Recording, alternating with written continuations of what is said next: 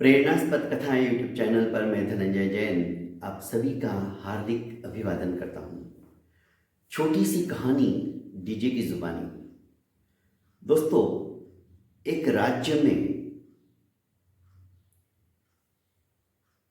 अलग तरह से राज्याभिषेक किया जाता था राजा का, और एक साल पूरे होते ही उसे ऐसे भयंकर जंगल के अंदर छोड़ दिया जाता था जो कि राज्य की एक नदी, जो कि अत्यंत अपने प्रवाह से प्रवाहित होती थी, उसको पार करने के बाद मीलों दूर ऐसे फैले हुए भयंकर जंगल के अंदर उस राजा को छोड़ देते थे।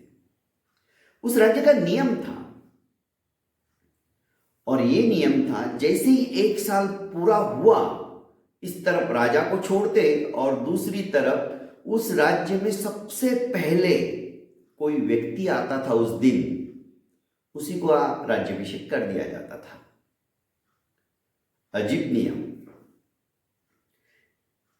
एक बार एक नवयुवक दूसरे राज्य से उस राज्य में सवेरे सवेरे आता, और वो दिन वही था जिस दिन राजा का कार्यकाल पूरा हुआ होता है और उसको छोड़ना रहता है जंगल में।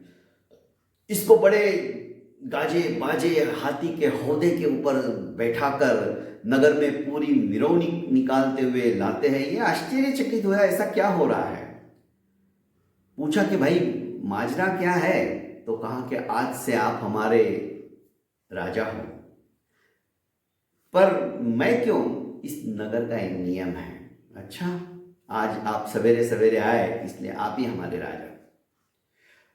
राज दरबार में आने के पश्चात इस व्यक्ति ने पूछा कि मेरे पहले वाले राजा, उन्होंने क्या क्या काम किया, वे कहाँ हैं।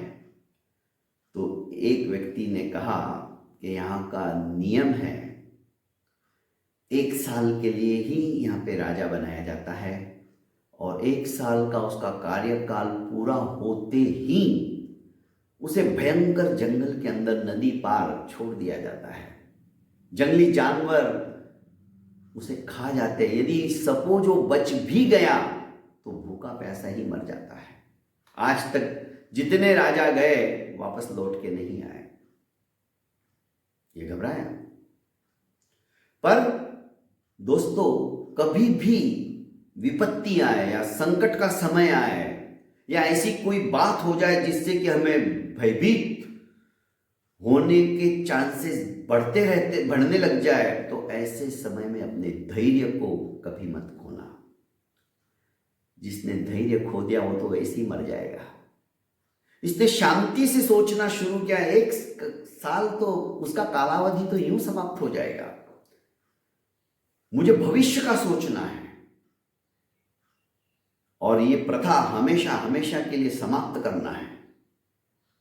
चिंतनशील था, मननशील था।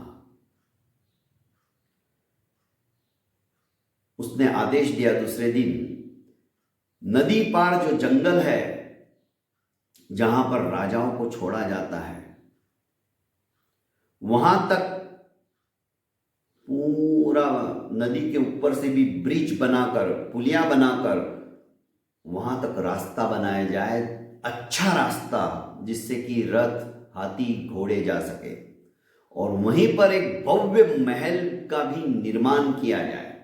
राजा का आदेश। एक साल तो सत्ता इनके पास थी, और कर डाला। इतना सुंदर महल बना, बस देखते ही बनता है। आंखें होना जैसे मानो सार्थक हो गई हो। निर्निमेष दृष्टि से लोग उस महल को देखते ही रह जाते थे। इस बीच एक साल की कालावधि भी पूरी हो गई। राजा ने ही कहा कि चलो समय हो गया है, मुझे वहां पर छोड़ दो जहां पर तुम पहले राजाओं को छोड़ते थे। सभी सभासद एकत्रित हुए और उन्होंने कहा कि आप अब कहीं नहीं जाओगे, क्योंकि आज तक जितने राजा आते थे और उन्हें जब ये नियम मालूम पड़ता था तो वे सोचते थे अब तो एक साल ही है, जी भर के जिंदगी जी लो, बस खाने में, पीने में, मदिरा पान में और अय्याशी में ही अपना जीवन व्यतीत कर देते थे। राज्य का क्या हो रहा है किसी को इस तरफ ध्यान ही नहीं था। आप पहले राजा हो जो भविष्य का भी सोचते हो, और आपने वो काम करते करते भी राज्य के अंदर कौन कौन कर नहीं भर रहा है, राज्य की उन्नति कैसे हो, किसानों के क्या हाल है, फसल उपज रही या नहीं उपज रही, किस दाम में उनकी फसल नीलाम की जा रही है।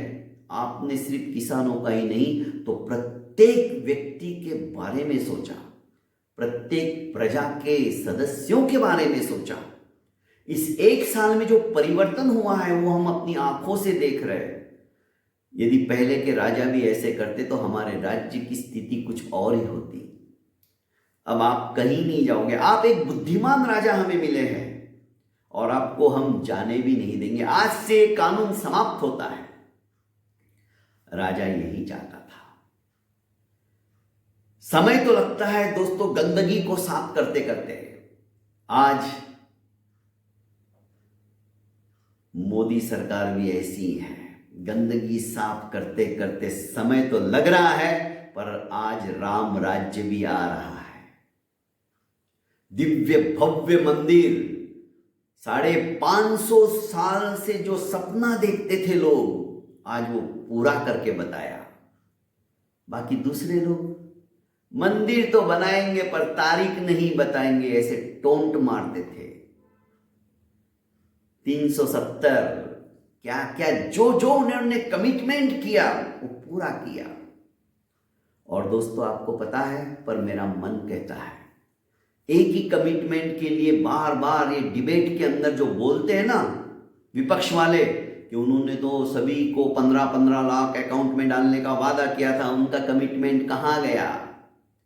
दोस्तों मोदी ने भी यही सोच के कमिटमेंट किया था, पर जैसे ही सिंहासन के ऊपर अधीनस्थ हुए देखा तो तिजोरी तो पूरी खाली थी, तिजोरी का पैसा ही नहीं था। वो पैसा तो इन विपक्षियों के नेताओं के घर में आज हम देखते हैं, क्योंकि सोशल मीडिया का जमाना है। एक एक नेता के घर में करोड़ों करोड़ों रुपए, हजारों करोड़ों, सिर्फ 1 करोड़ 2 करोड़ नहीं, बंडल के बंडल निकलते हैं। मशीनें थक जाती है पैसा गिनते गिनते। पैसा तिजोरी में है ही नहीं तो कहां से मोदी देगा। पर अब स्थिति धीरे धीरे सामान्य होती चली जा रही है, और देखना दोस्तों एक दिन आएगा, मेरा अंतर्मन कहता है कि मोदी हर एक के अकाउंट में 15 लाख भी डालेगा, पर उसका डालने का तरीका भी अलग होगा। वो आपको अकर्मण्य नहीं बनाना चाहते हैं कि पैसे मिल गए तो आप बैठ जाओ और अय्याशी करो। नहीं, आप उससे बिजनेस डेवलप करो।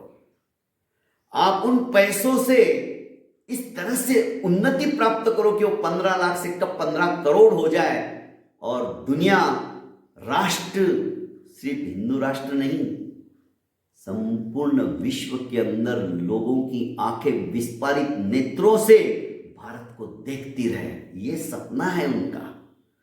दोस्तों ऐसा ही राजा चाहिए जो कि नीतियों को बदल दे और एक सन्मार्ग दिखाते हुए राम राज्य के अंदर राजनीति में भी धर्म नीति अपनाने वाला ऐसा नेता जिंदगी में हमें वापस कभी नहीं मिलेगा। इसलिए दोस्तों जो 2022 में नहीं आए वो 2024 में भी नहीं आएंगे, ये गारंटी मैं आपको देता हूं। बहुत बहुत धन्यवाद दोस्तों।